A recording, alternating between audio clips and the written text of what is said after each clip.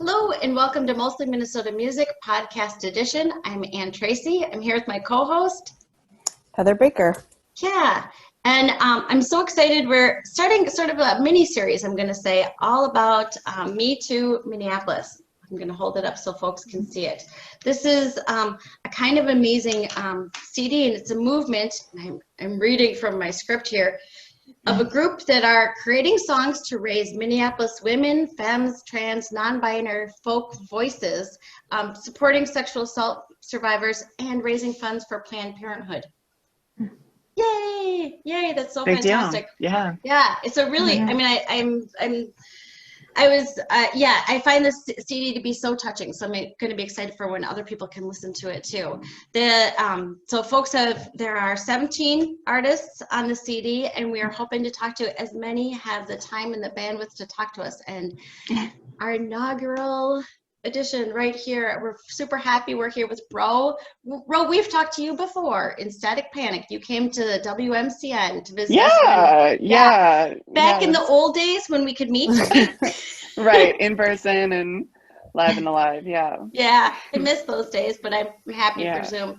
And Averil Bach, thank you for joining us too. I thank you for being our guinea pigs. Thank you for being our first to talk about this. And I have to tell you, I'm a little nervous today because I think this is such an important work. And I thank you all so much for doing it. Thank you.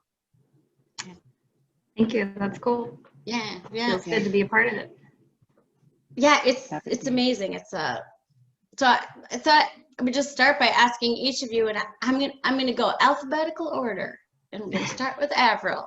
You just Averil. I'm sorry. Thank you, Averil. And I Okay. apologize for that, Averil. No problem. Averil, could you just tell us a little bit about yourself, and then the inspiration for your song, the song that you wrote, the song you chose. Yeah. Well, my background, I come from a musical family, so I've had music kind of throughout my life, but probably within the last 4 or 5 years or so, I've kind of found myself as a songwriter and slowly gained some confidence in that. And so still telling stories and performing is kind of more new to me as far as these types of platforms. But yeah, I think, I don't know how in depth as far as background you want to go, but just to kind of jump into the inspiration of the song, I think I really actually struggled for a while figuring out what my direction was. Zooming in or out, depending on how blurry or fine-tuned you want to get with this whole movement, you can kind of take stuff from your own personal experience, or you're taking things just from your own frustration about the movement itself or the enlightenment of the movement.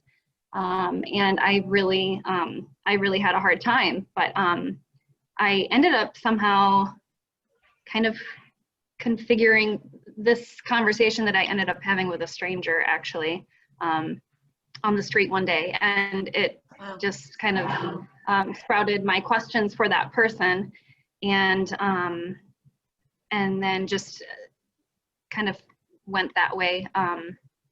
So yeah, I think I ended up finding a lot more momentum once I really found that like nucleus of it, because again there were just like so many different ways that we could all go with things. And so, yeah, I think I ended up just really finding like a lot of like, just being really frustrated once I got to that point. And then that gave me more things to work with, so to speak, Well, and the song is called Radiation Blues. Yes. There's some echo there. And kind of one of the chorus, one of the main points there is that, what would your mother say? Yeah. And it seems what made me think of is kind of the accountability at the national, the community, the personal, the level. Yeah. Yeah, yeah, and like specifically with this person that I had a conversation with, and it was just like a 1 minute walk past this random person who witnessed an encounter that threw me through the roof or through the sky. I suppose I was outside, and I just kept asking that person, like, how would your like, you must have a female in your life that you care about. So how does it make you feel if that person is hurt or is confused or is mistreated? Like, how can you continue on if somebody that you care about is affected? It might not affect you, but in fact, it really does. So anyway, and this person that I was talking to was like, oh yeah, okay. Like, I don't know where this guy was coming from, but he was, like, he heard me out, but he was just kind of like, oh yeah, I never really thought about that. So it was really interesting, and yeah, but It's yeah, with this whole CD. There's part of me that's like, yeah, where did he come from? He had never thought about that. yeah, And yeah. I wish I could say I've never heard that before.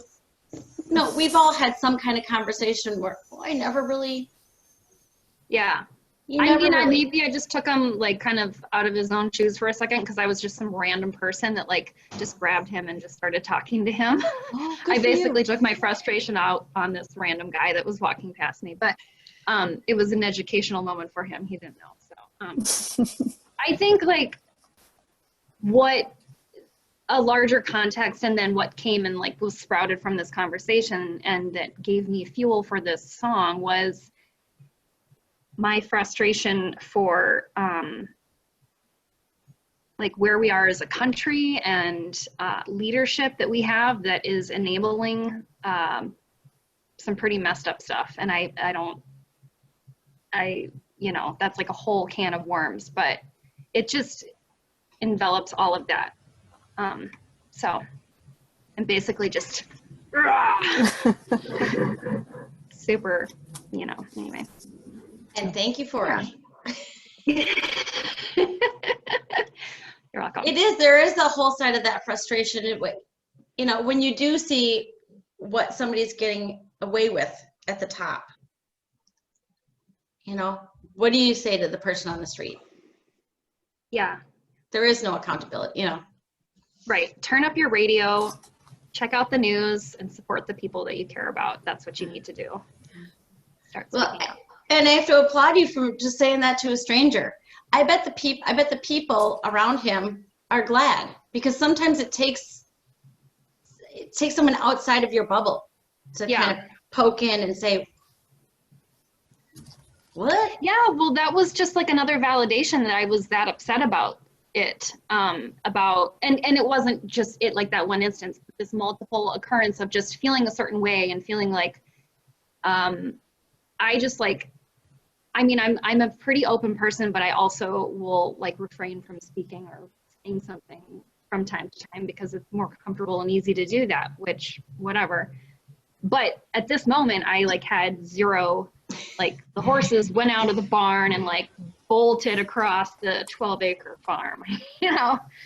And that just proved to me that like, you know, it's okay to feel that way. Like you have validation. You don't have to, you know, and that's how strongly you feel about it. So. And you're not alone in feeling that way. So often when I was listening to this, I was like, and it's a reminder that I'm not alone in feeling so many of the feelings that I heard, all the feels, you know. Yeah.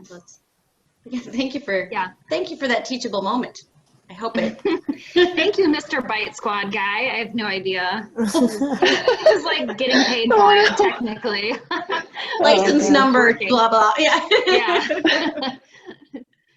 Yeah. You would like to do that sometimes. Post and say this person. Yeah. Yeah. Yeah. And now, Ro, would you, and again, as I said, I know we've talked to you with Static Panic, but tell us a little bit about yourself. Inside Static Panic, outside Static Panic, and the inspiration for Sides to Lonely. Yeah. So my name is Lorenzen, and I use she and they pronouns. Sides to Lonely. Well, so at first, when I was first asked to contribute to this project, they had approached Static Panic specifically, first and foremost, because obviously it's like the more familiar that people are with my work and just like what I do. But as I started to kind of try and fit the topic, like the subject matter into kind of Static Panic's formula. We've also been going through some pretty major roster changes. So, you know, having just a different dynamic in terms of the ways that we're creating music together has been a really serious shift in our conversations that we've been having as a group, as a creative collective. So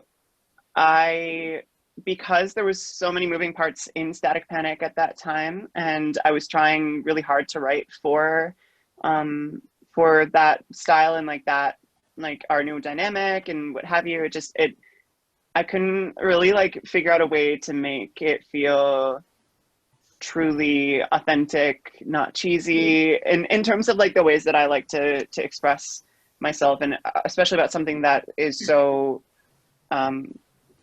important, a conversation that's so important to be having, and something that is so very personal and nuanced. And it's like hard to, like, one thing that's really specific about Static Panic is it's very, like, a lot of those feelings are very general. It's a lot of like, I felt this way, have you felt this way too? And that's really the way that I've approached writing for Static Panic, as opposed to a lot of my personal experiences. So I haven't really had a solo project in years. So I kind of took this as a form of sign that it was maybe a time to premiere some more music that was like on a surface level, first and foremost, just showing that it's me at the top of everything when it comes to the creative decisions being made for whatever I'm working on for this project, Row, which is spelled R0 for those who don't know.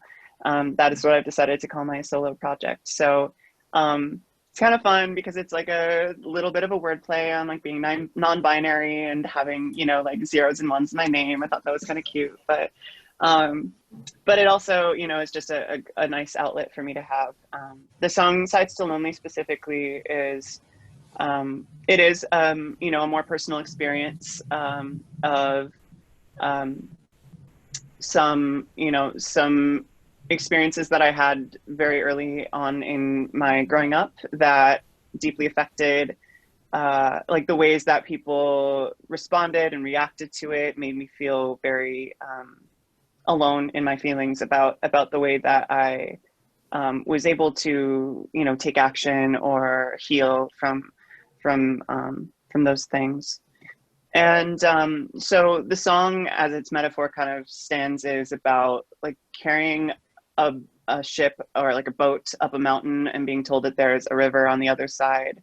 Something where you can set the boat down and like finally, you know, like reap the benefits of your labor and, you know, come into being, and life gets easy in some way when you've handled all those things on your own, and you've taken that task and you've completed it without the help of anyone else. And but also feeling like you're really burning at your roots inside, because it feels like you're not being taken seriously in your desire to do so.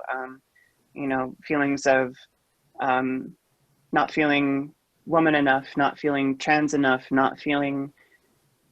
honestly not feeling assaulted enough, not feeling trans enough, not feeling Black enough. I mean, all of these are a part of my experience that I really put into the song. And so those are the sides to my lonely.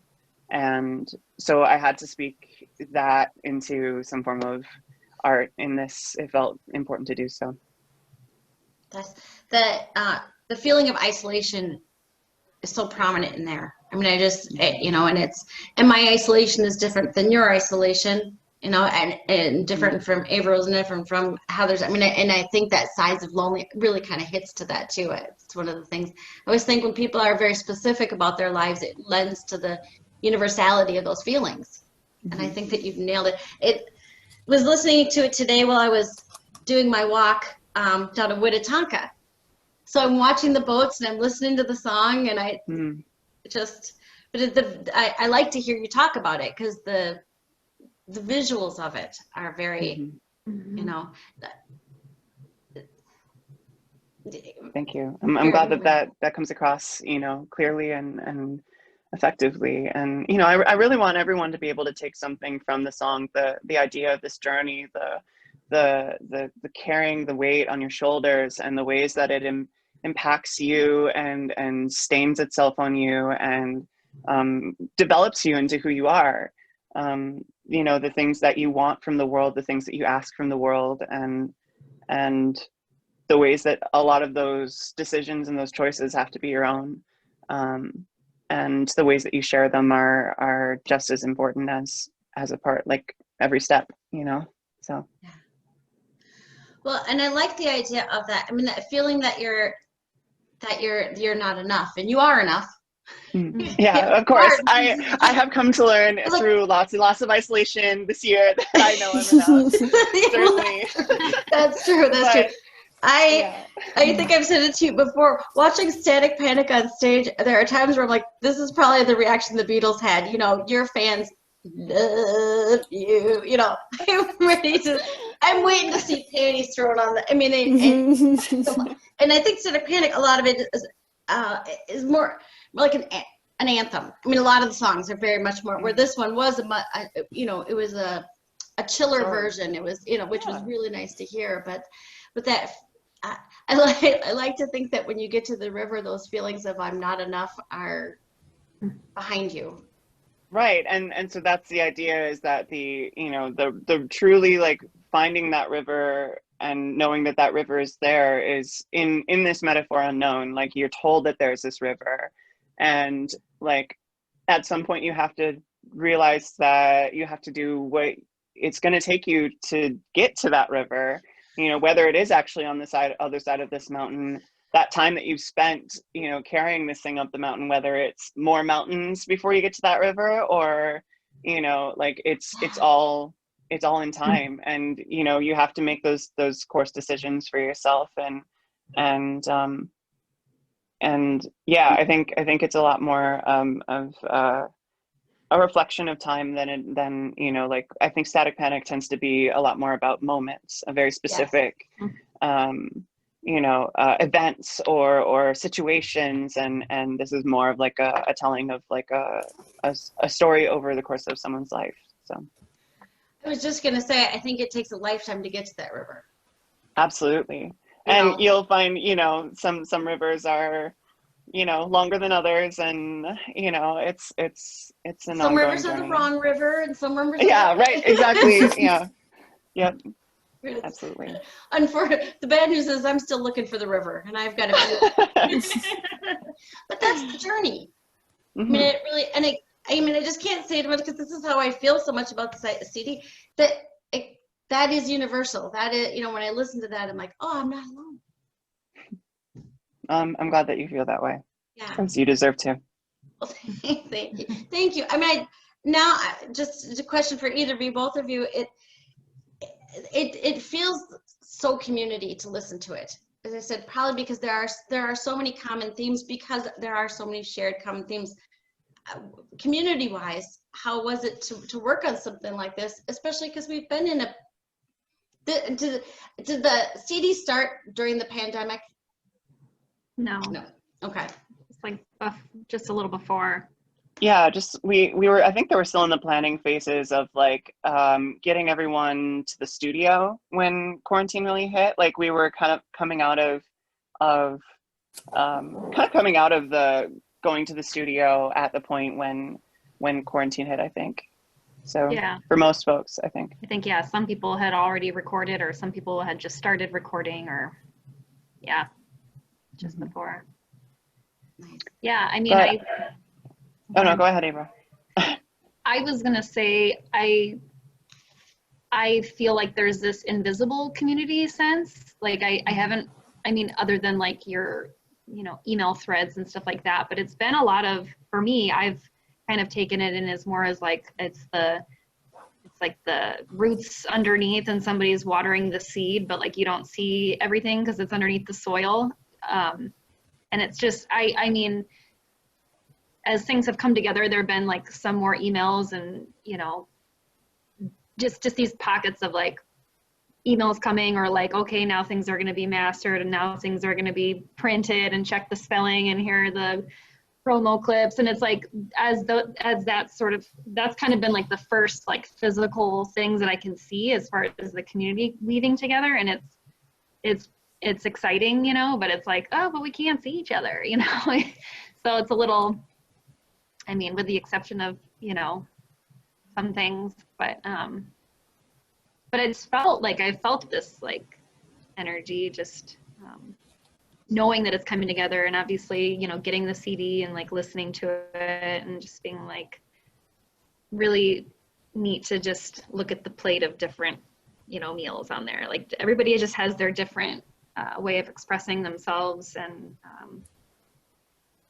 and that itself too, you know, feels like people are in a room in some sort, even though I don't know, it feels kind of distant still, but it's.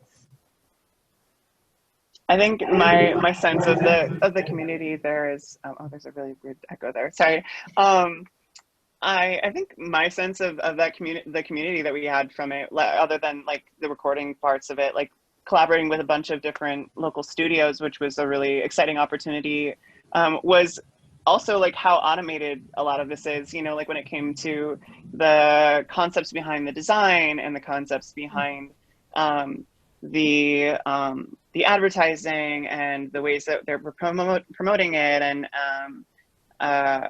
and you know, who's mastering it, those kinds of things are a lot of decisions that artists tend to make on their own. And so it's nice to also have someone who has your back in that particular case, managing those things, you know, like with Static Panic. I mean, you know, that's like a lot on me, but like it's nice to like be like, okay, here's the piece, here's the song, tell me what you think.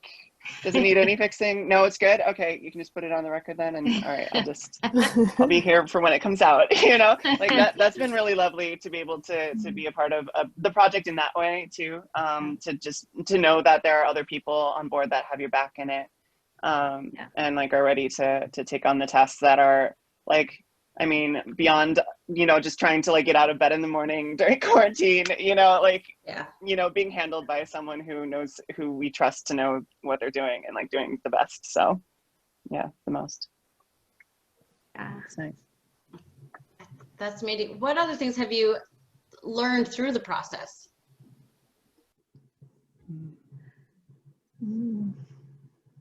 Or I could turn that around and say, what would you, people listening to the CD, what would you like them to learn? What would you like them to feel?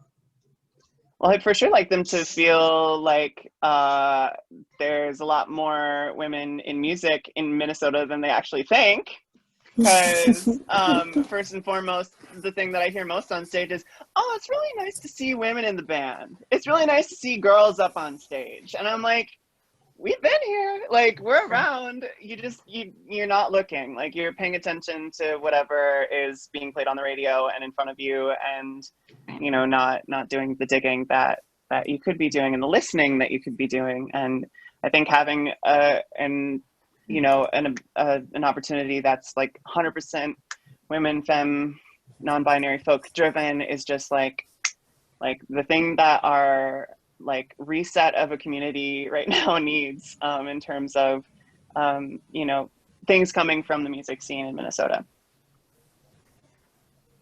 Yeah, I would hope that people listening to the album can just see all the different colors and the ways of expressing, you know, their own take, whether it's their own personal experience or a very specific experience, or it's their way of showing support or whatnot, that there are so many different ways of still feeling the feels amongst this. Like, I struggled, part of my struggle with like this, with the songwriting in this topic, was because I sort of felt like I wasn't sure that I really had anything to say, even though I knew that was totally stupid, because I'm sure I had stuff to say. And I think that it's really easy to not like sit with yourself and think about how something actually makes you feel, or realize that like what you're feeling is actually enough of a reason to, you know, talk about it. So I would hope that, you know, others might, you know, be like finding something similar to that, just reminding them that it's, I mean. Yeah. It's like, very much goes back around to what you were saying, that feeling of not being enough. Yeah. Not. Yeah. Which I think is a common feeling. I mean, you know. Yeah. And I think, you know, as women, as trans, as, you know, non-binary and femmes, I think we have a high threshold of putting up with crap we shouldn't put up with. Totally. You know, I mean, I just think it's, and again, it's one of the things I love about this is when you know that you're not alone, it gives you more power to kind of step up. So like, I'm so thankful for myself, but I'm really thankful for my 3 daughters, you know, because I'm hoping if my level of, you know, if my threshold of crap is here, I want theirs to be, and the next generation, because I'm sure if mine, that my mom's was here. You know what I mean? Like, right. I think that's, yeah. It's fantastic to hear so many of the, I said, it just. Lots of strong voices on this record. And it feels good to be part of a very powerful piece of music about something that, unfortunately, for specifically, I'm learning like there is kind of a bracket of generations that like weren't receiving specifically like appropriate amounts of sexual education and understanding when it came to conversations they were having with their parents or you know, folks that they trusted and confided in about the ways that they speak on accountability and consent and you know, the ways that they share those spaces with strangers and people they've just met. I mean, those are all such important things to be able to hold on to, and we're able to now speak those things because we understand that they're so important. But you know, there are still a lot of folks that are still experiencing this and need to know, or need to be able to feel what they need to feel to heal from whatever they've experienced in their life, because everyone does deserve that. I think I'm going to go out on a limb and say I might be the oldest person on this call right now.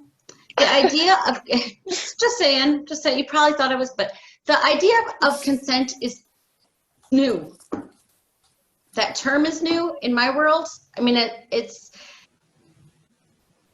just put that one out there. The fact that consent is a deal, you know, and consent is a two-way street.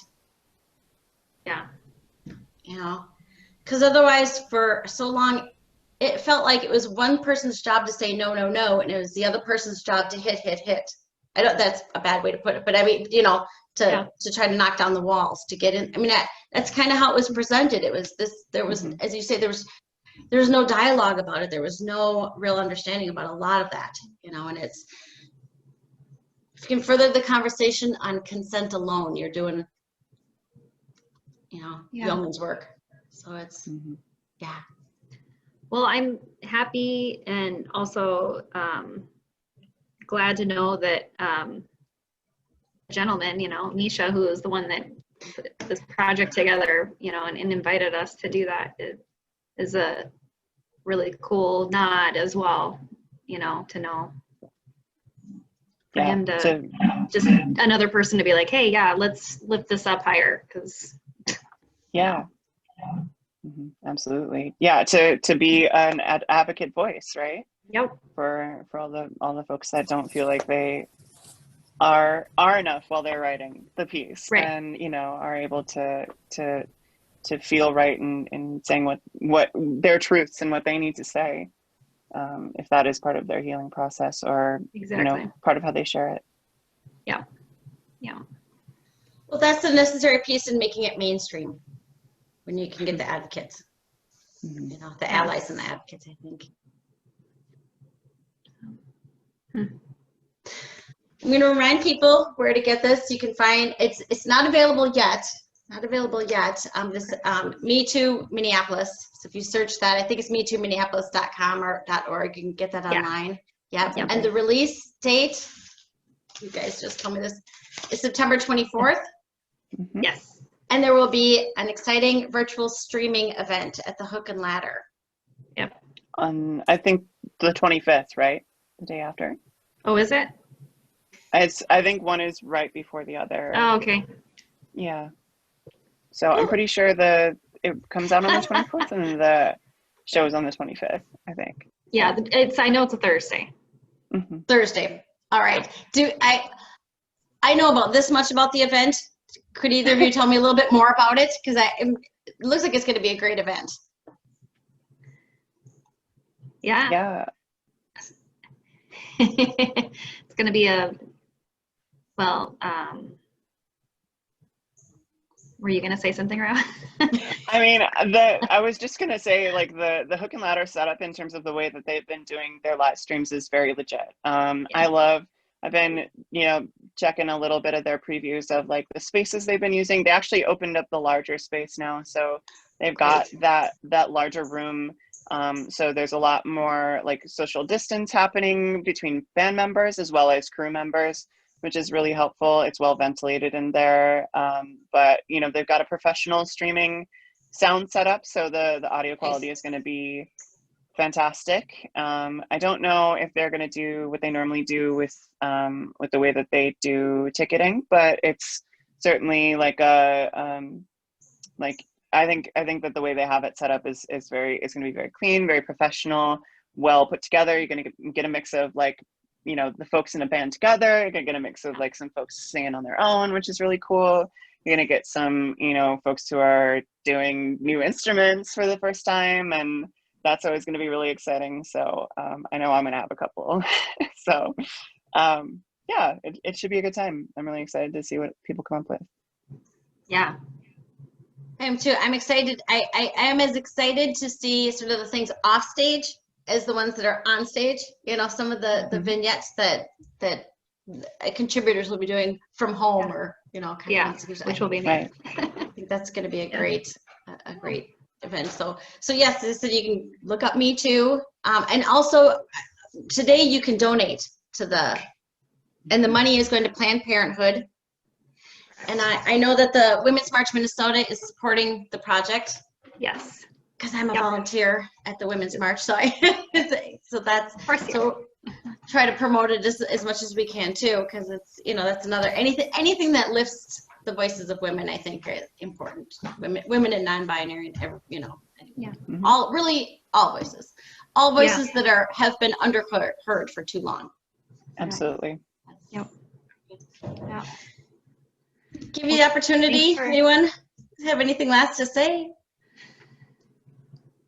No, thank you for the opportunity for having us, Ann and Heather. Like it's always lovely talking to y'all, and I think that these are the conversations while we've got this major reset with quarantine, as well as conversations that we're having about consent, accountability, and misconduct within the music scene, and the way that we hold each other accountable and protect each other and show up for each other is important now more than ever, before we head back into our venue spaces, our creative spaces that are supposed to be healing for our artists of the community, and help to build those voices up in ways that they don't have, now that we're here, alone and working on music on our own and stuff, like those opportunities are going to certainly not be taken for granted. And so I would certainly hope that this will also help to, start things off right, and with an open heart and an open mind when it comes to the ways that we carry ourselves in the Minnesota music community. That's nicely said, Ro. And just to piggyback, I think this is it's our time for being more inward right now. Amongst all of this is a time for us to recalibrate and to reassess what we're worth, and for hoping that, you know, people have an open mind and to not sell ourselves short on anything, you know. So we set the bar from where we go out from now, you know. Both of you very well said. It's like, come hell or high water, we're doing a reset because it's been such a different, I love the idea of putting that stake in the ground and saying, we are enough, stopping people on the street to say, hey, holding people accountable, you know, and trusting yourself. Those messages. So Trusting yourself, that's the extra key. well, yeah, and that's right. So yes. Thank you for having us. Thank you. Me too, Minneapolis. Thank you. Thank you so much. Yeah, thanks.